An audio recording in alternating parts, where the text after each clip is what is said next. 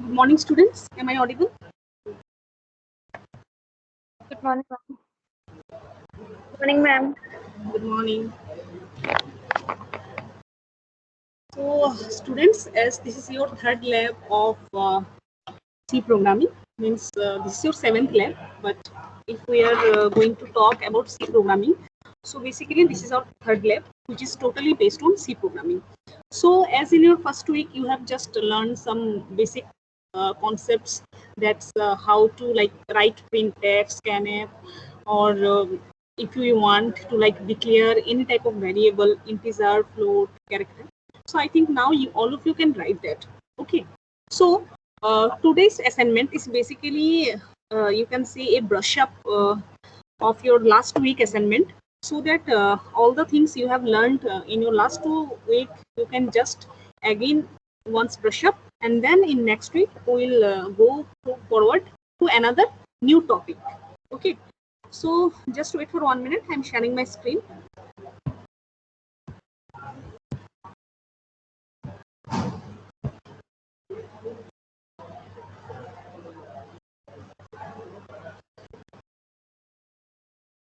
So I think my screen is visible.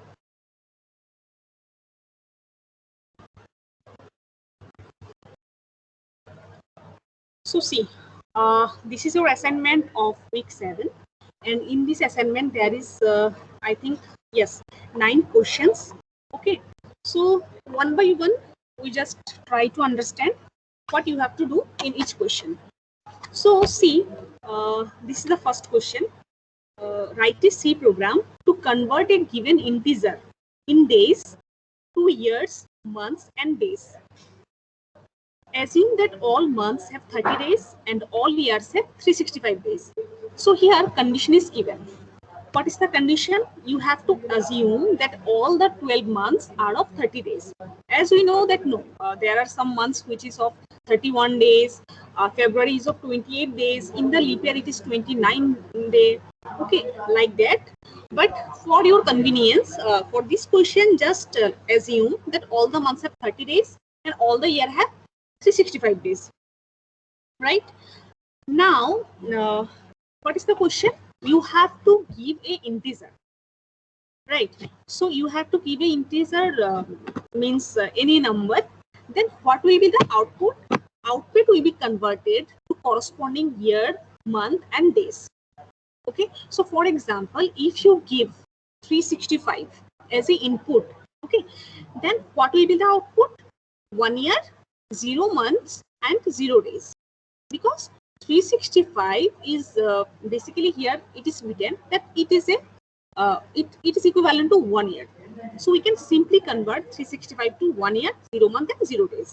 Now, if you give as 367, for example, then what will be the output? 1 year, 0 months, and 2 days. Means first of all, whatever the number is given, you have to try to convert it to year. Then just calculate how many days are remaining. Then try to convert it to corresponding month. Okay, if it is converted to month, then let's find out what the days which are remaining. Then convert it to that. Okay, so you have to print in that manner. Now there is question number 2. This is called reversing, but without using string. Means I am telling this thing because some of you already know C, so they may think that this question you have to do by using string. So no, whatever concept you have studied till now, like simple printf and scanf, you can do that by this way. So here the question is, write a program in C to print the following characters in a reverse way. Means what is the given, what is the input here? MNNIT. So what you should print? TINNM. So it is not just restricted to this thing. Okay, you can take any input as you wish. Okay, so what you have to do? You have to just print it in a reverse manner without using string. Okay, so this is question number 2. Now let's move to question number 3. Write a C program that accepts 2 item weight. Okay, and the item should be in floating point values, like any number, 3.5, 2.7. So I think now all of you know how to declare any variable which is a float. So simply write float, then you know how to write. and number of purchase. So what will be the number of purchase? Means for one item, if you purchase one item, then you can simply write 1.0. If you purchase 5 items, 5.0, like that. So you have to also input number of purchase. Then what you have to calculate? The average value of the items. Okay, then you have to calculate the total average value of the items. So it's simple because 2 items weight is given, and I'm like number of purchase of 2 items is given. So average find out is very easy. Next, question number 4. Write a program in C to read an amount and break the amount into smallest possible number of banknotes. What is the meaning of that? Like if sometimes we have to pay someone, for example, for any reason, if we just go for shopping and purchase anything, so what we always want? We always want to pay by the maximum possible note. Okay, for example, if you just want to pay 1,000 rupees to any shopkeeper, okay, or shop owner, so obviously you will not pay by paying 1 rupees coin, one coin or 2 coin. Okay, so what we will do? We will give him 500 notes if we have that. So in bank also, they will always try to give us the maximum note which is possible. So here, just see, expected input is our 200. So again, it is not fixed. This is for your understanding. So input is 200, for example. Now, what the cashier will give? Because it is cashier will, from here we just take 100 rupees. So cashier will give 2 notes of 100. Okay, you can also calculate from 500 rupees note, 2000 rupees note also. Okay, so what cashier will give? 2 notes of 100. Then 200 is given, so 0 note of 50, 0 note of 20, 0 note of 10, 0 note of 5, 0 note of 2, and 0 note of 1. So basically you have to print the total possibilities. Means if the cashier will give 200 rupees, then you don't have to only print 2 notes of 100. You have to print all the details. Means 0 notes of 50, 0 notes of 20, like that. Okay. Now, next question number 5. Write a program in C that accepts an employee's ID, total work hours of a month, and the amount he received per month. So, what you have to take? You have to take like integer employee ID, total work hours, and integer value, for example, and the amount he received per hour. For example, floating point value. Now, what you have to do? You don't have to calculate anything. You just have to print employee ID and salary of a particular month. Okay. So, anything, for example, just take input. Let's thinking that yes, this is the data of month July. Then print the data of this month. Next, question number 6. Write a C program to convert a given integer, which is given in seconds, to hours, minutes, and seconds. So what is the meaning of this question? Means, for example, we as a user give input as 60. So what will be printed? We know that 60 second means 1 minute. So if we give input as 60 seconds, then what will be printed? 0 hours, then 1 minute, and 0 seconds. If you give 61 seconds, then obviously 0 hour, 1 minute, and 1 second. Okay, means what we will give as input, it will first try to convert to hours. If it is not possible, then it will try to convert to minute. Then it is second. Okay, so you can say it is almost similar to the question of first question. Because in first question also, basically we are trying to convert the integer in years, months, and days. Okay, so this is almost same. Now, question number 7. See, in a town, the percentage of man is 52. Okay, so this question, actually this question is basically related to what say to mathematics. So whenever you will get any question related to mathematics, always try to solve it in your copy first. Okay, then just try to write the code. Because if you just start coding, then it may be tough for the beginners to write in a proper way. So as this is the question of mathematics, just calculate all the things in your copy, then try to build your concept in a proper C programming logic. Okay, so just see, this is a very easy question which is related to mathematics. So in a town, the percentage of man is 52. It is given. The percentage of total literacy is 48. Okay, now if total percentage of literate man is 35 of the total population, now if total percentage of literate man is 35 of the total population, then you have to write a program to find the total number of illiterate men and women.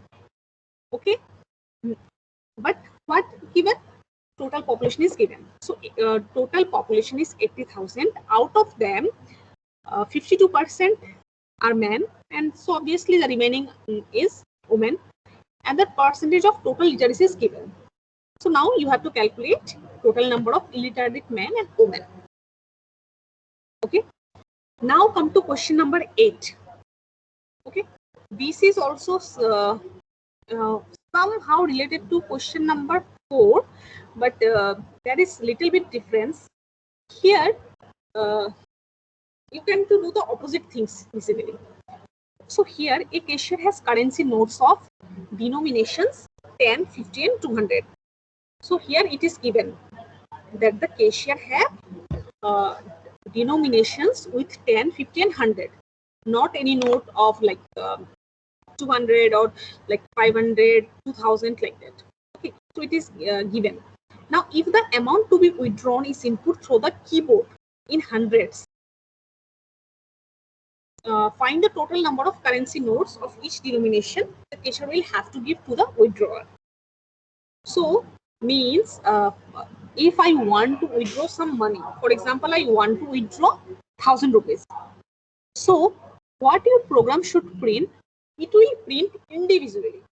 What is the meaning of individually? Means it will print, we have to give 100 notes of 10. If we want to pay someone by only 10 rupees note or value 1000, then we have to give 1000 notes of 10. Okay, sorry, 100 notes of 10. Then we have 20 notes of 50 and 10 notes of 100. So basically here you have to print individually. That is for individual denomination you have to print. Okay, this is question number 8. Now move to question number 9. So question number 9 is basically to print some character. So see, write a C program to print a block F using hash. Hash is a special character which is available in your keyboard. You can find out, you have the 3 number keyboard in your keyboard. Just above that there is a character hash. So just try to print this following 2 characters by using hash, where the F has a height of 6 characters and width of 5 and 4 characters. Okay, so what is the meaning of height 6 characters? See,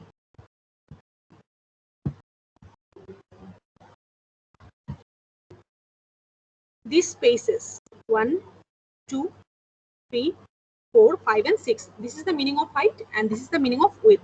So you can calculate here 1, 2, 3, 4, 5 and this is 4.